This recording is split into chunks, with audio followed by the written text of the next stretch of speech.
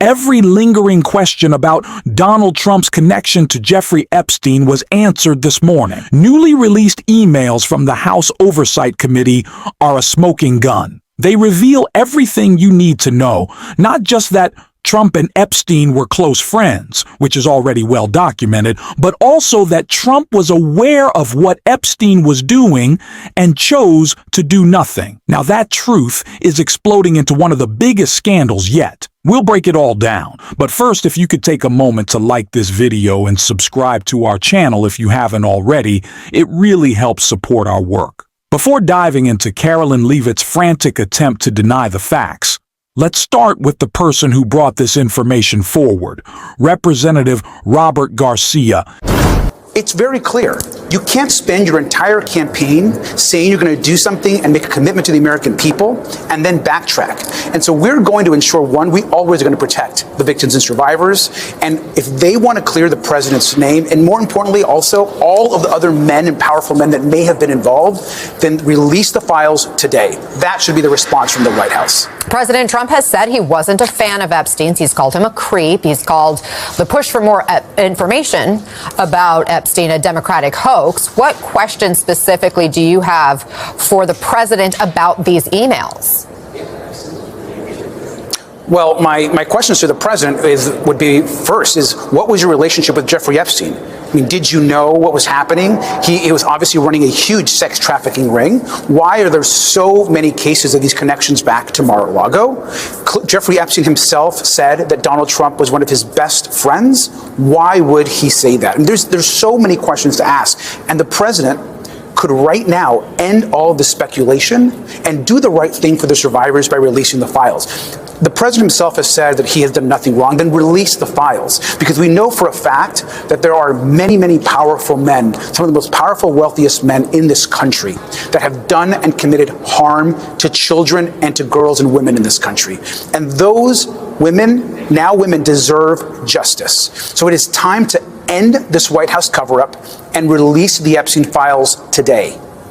Today, Congresswoman-elect Adelita Grijalva will be sworn into the House, where she will be the final vote needed on that discharge petition to compel the DOJ to release the full Epstein files.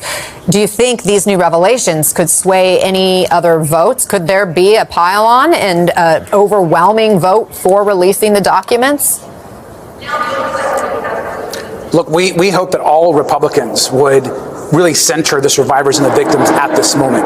What's important right now is that there are women who have talked to us now as adults who have shared that they want the files released. They want justice. They want to know what happened and what men were involved, and who are, in many cases, afraid of the consequences of them being in the spotlight and telling their stories. What's holding some of your colleagues back? What is holding Republicans back from voting to release all the files? They're complicit in this cover-up. When Donald Trump, the president, says, I don't want to release the files, or he tried to, remember earlier in this year, he actually even said they kind of discarded them as being even not important. When they're not releasing these files, it brings questions to be asked. And so, again, our commitment has been, from day one, has been clear. Release the Epstein files. The men that committed harm should be held accountable today.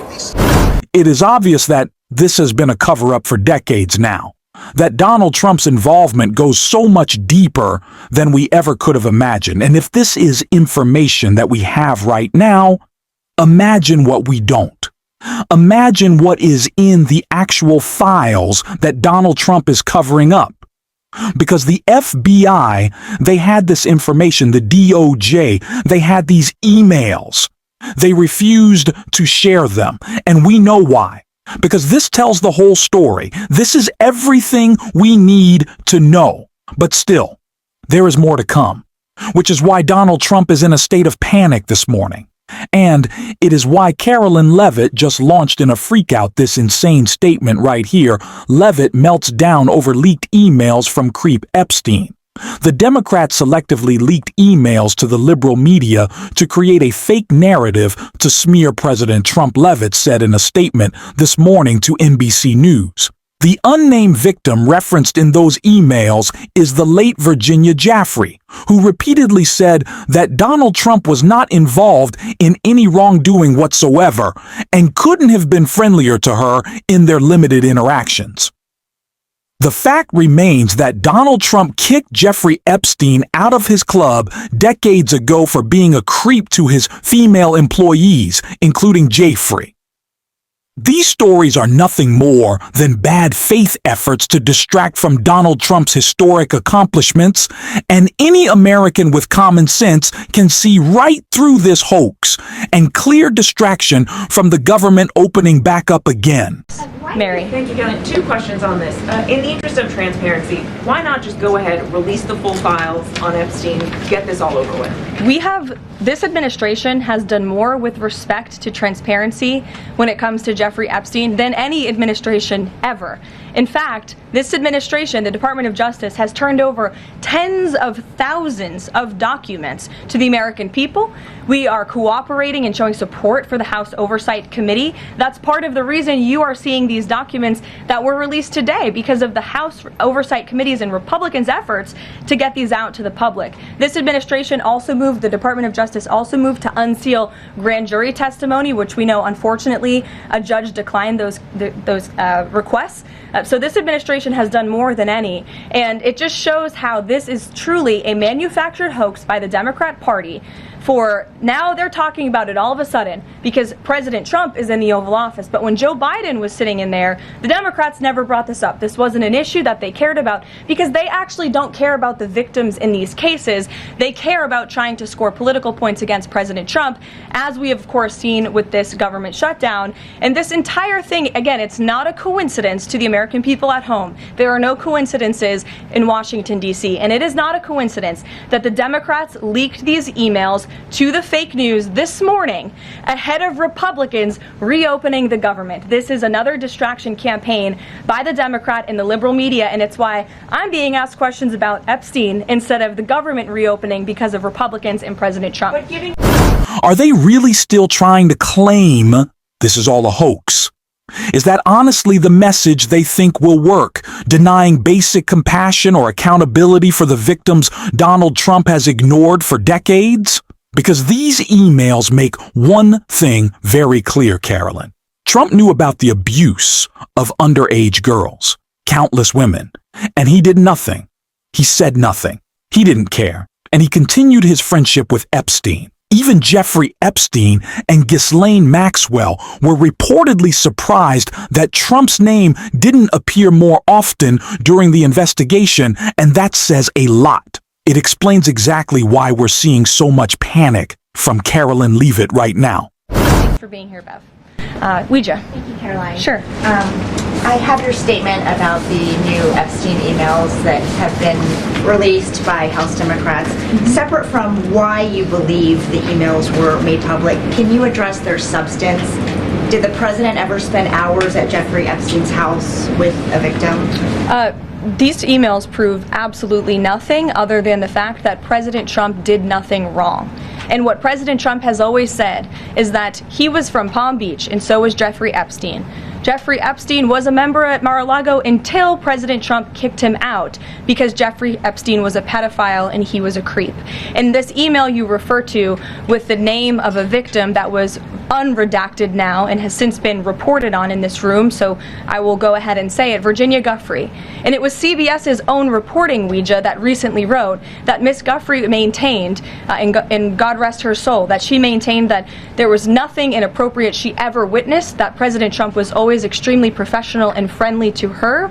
And so I think it's a question worth asking the Democrat Party, and you should all go ask them after this briefing, of why they chose to redact that name of a victim who has already publicly made statements about her relationship with Jeffrey Epstein and is unfortunately no longer with us. Mary. They're not going to be able to escape this one. There isn't a chance in the world that this doesn't continue to damage Donald Trump's image and legacy.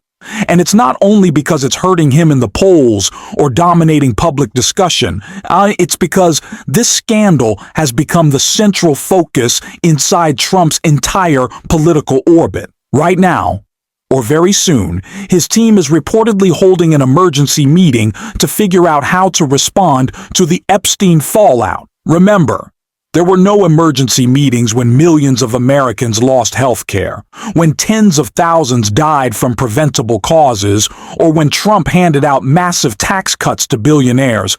But now, when it's about him, suddenly it's a crisis. This is all consuming for Donald Trump. It's all he can think about, talk about, or try to spin. If the mainstream press does its job for once, this should be the only topic he's questioned about. Every journalist should be asking about Trump's relationship with Jeffrey Epstein until every file is public and every truth is out, but many won't. That means it's on the rest of us to keep the pressure on, to make sure the facts are exposed and the story stays alive. I promise you, I will. We're not going to stop talking about Epstein. Voters deserve to know that Donald Trump has always protected billionaires, corporations, and even the worst kinds of people when it suits him. While ordinary Americans struggle, his allies receive comfort and privilege, even those convicted of horrific crimes. That's who Donald Trump stands up for. It's all clear now, and somehow there's still more to come. That's why what Robert Garcia and others are doing, continuing to demand the truth, matters more than ever. We obviously released some today. We'll be releasing additional documents likely later today. The important thing here is that we know, and we've been demanding, that Donald Trump and the DOJ release the full Epstein files. In what's been released today, which obviously is some quite serious, I think, connections between what Donald Trump may have known. There's communication between Jeffrey Epstein and Ghislaine Maxwell, obviously making some claims about Donald Trump spending significant time, hours, with possibly one of the victims. There's also disturbing emails there about Trump and Jeffrey Epstein. The people can read for themselves. I think what's important right now is that we want to know why Donald Trump spent the entire campaign saying that he would release the files. And now that he's in the White House, there is a massive cover-up going on. The survivors deserve the truth.